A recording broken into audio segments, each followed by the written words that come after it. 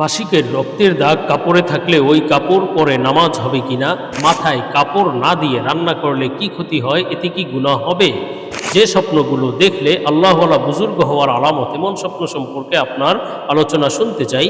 স্বামী স্ত্রী একে অন্যের লজ্জাস্থানে মুখ দেওয়া জায়েজ কিনা, আঙুল ফোটানো জায়েজ কিনা, আঙুল ফোটালে কি গুনাহ হয়। আসসালামু আলাইকুম রহমতুল্লাহি ওবরাকাতু। প্রিয় দর্শক, মনোযোগ সহকারে ভিডিওটি শেষ পর্যন্ত দেখবেন, অন্যথায় কোনো মাসআলায় ভুল বোঝার সম্ভাবনা থাকে।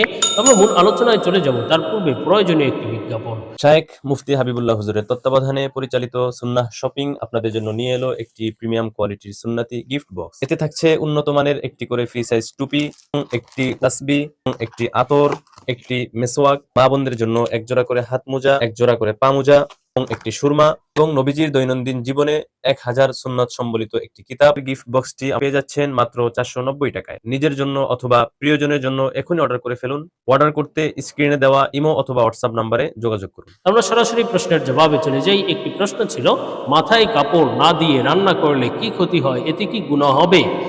দেখুন, মাথায় কাপড় না দিয়ে রান্না করলে গুনাহ হবে কি হবে না, এটা নির্ভর করে আপনি কোথায় রান্না করছেন। যদি এমন জায়গায় রান্না করেন যেখানে পরপুরুষের নজর পড়ছে, আপনার ভাসুর আছে, দেবর আছে, যাদের সাথে দেখা সাক্ষাৎ জায়েজ নেই, এমন কোনো পুরুষ যদি থাকে এবং সেখানে যদি আপনার রান্না করেন, তাহলে শুধু মাথায় কাপড় দিয়ে তো রান্না করতে হবেই, সাথে সাথে পরিপূর্ণ পর্দার সাথেই রান্না করা চাই, যেন আপনার পর্দার লঙ্ঘন না হয়। কেননা পর্দার লঙ্ঘন হলে সেটা তো অবশ্যই গুনাহের কারণ, মারাত্মক গুনাহ।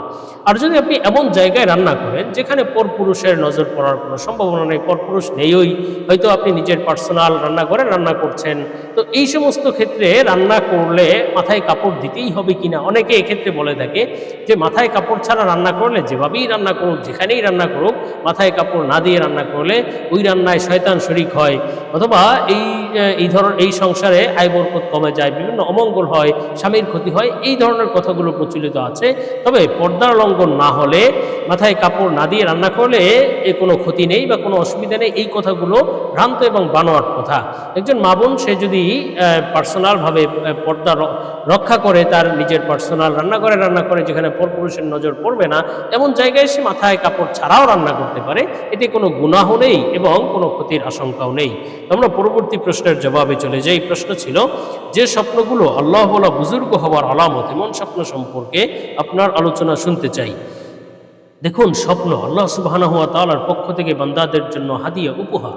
আল্লাহ তাআলা স্বপ্নের মাধ্যমে বান্দাকে বিভিন্ন সময় বিভিন্ন বার্তা দিয়ে থাকেন, সুসংবাদের বার্তা অথবা সতর্ক বার্তা। আল্লাহ তাআলা যেই স্বপ্নগুলো দেখান সেগুলো কিন্তু অবশ্যই সত্য ও সহি স্বপ্ন, এবং তার সত্য ও সহি ব্যাখ্যাও রয়েছে। আজকে প্রশ্নের ভিত্তিতে আমরা এমনই কিছু গুরুত্বপূর্ণ স্বপ্নের ব্যাখ্যা সম্পর্কে আলোচনা করব, যে স্বপ্নগুলো দেখলে বুঝতে হবে শীঘ্রই আল্লাহ ওয়ালা বুজুর্গ হওয়ার আলামত বা আল্লাহর প্রিয় বান্দা হওয়ার আলামত, আল্লাহর ভালোবাসার আলামত।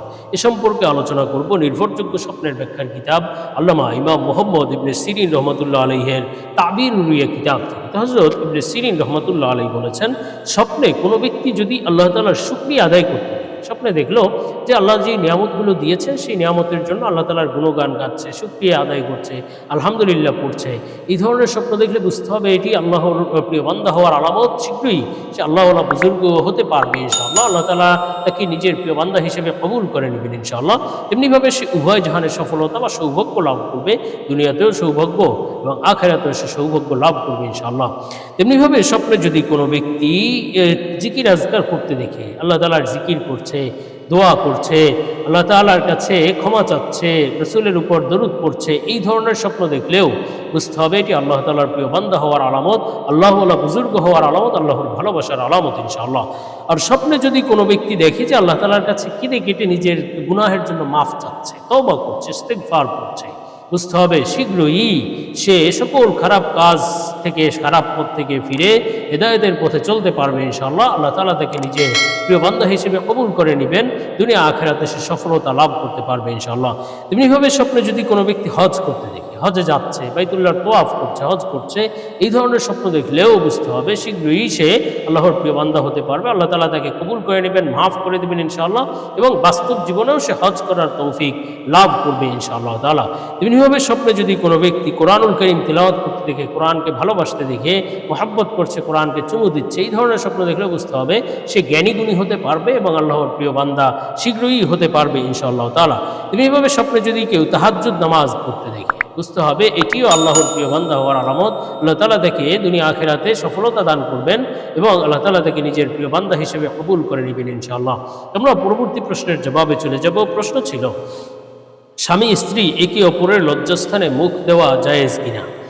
দেখুন, স্বামী স্ত্রী একে অপরের লজ্জাস্থানে মুখ দেওয়ার যে এই প্রশ্নটি বা এই বিষয়টি আসলে পশ্চিমা সংস্কৃতি এবং পশ্চিমা কালচার থেকে আমাদের দেশে এতটাই সয়লাভ হয়ে গিয়েছে, এতটাই প্রচার প্রসার লাভ করেছে যে এই ধরনের প্রশ্ন এবং এই মর্মে আরও অনেক প্রশ্ন আমাদের কাছে আসে যেগুলো মুসলমানদের সাথে যায় না, যেই বিষয়গুলো মুসলমানদের পবিত্রতার সাথে যায় না। দেখুন, স্বামী স্ত্রী একে অপরের সাথে মহাব্বত, ভালোবাসা এবং এই বিষয়গুলোকে আল্লাহ তাআলা বৈধ করে দিয়েছেন, কিন্তু এর সাথে সাথে এর কিছুটা পবিত্রতা রক্ষা করা এবং বিশেষ কিছু, যেমন রাসূল সাল্লাল্লাহু আলাইহি ওয়াসাল্লাম এই স্বামী স্ত্রী মিলনের ক্ষেত্রে তিনি কখনো একেবারে উলঙ্গ হতেন না বা পুরো কাপড় তিনি খুলে ফেলতেন না। তো এই যে যদিও খুলে ফেলা গুনাহ হয়, কিন্তু তাও রাসূল সাল্লাল্লাহু আলাইহি ওয়াসাল্লাম পবিত্রতার স্বার্থে এবং লজ্জা ঈমানের অঙ্গ, তো এই সমস্ত কারণে তিনি এই বিষয়টি আমল করতেন। তো মুসলমানদেরও এই সমস্ত বিষয়ের প্রতি পরিপূর্ণ লক্ষ্য রাখা চাই। দেখুন, লজ্জাস্থান এটি একটি নাপাকের জায়গা, এখান থেকে নাপাক আসে। আর মুখ এটা একটি পবিত্র জায়গা, এখানের মাধ্যমে মানুষ কোরআন তেলাওয়াত করে, জিকির আজকার করে।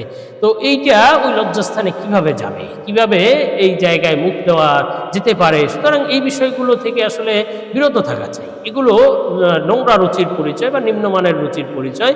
যদিও ওই জায়গাটা যদি পরিপূর্ণ পবিত্র হয়, নাপাক যদি না থাকে, তাহলে সেখানে যদি মুখে স্পর্শ করে বা সেখানে লেহন করে, তাহলে যে গুনাহ হবে, কবিরা গুনাহ হবে, বিষয়টি এমন নয়। তবে এটা লজ্জা এবং রুচিশীলতার বিপরীত। তো আমরা পরবর্তী প্রশ্নের জবাবে চলে যাই। প্রশ্ন ছিল, আঙুল ফোটানো জায়েজ কিনা? আঙুল ফোটালে কি গুনাহ হয়?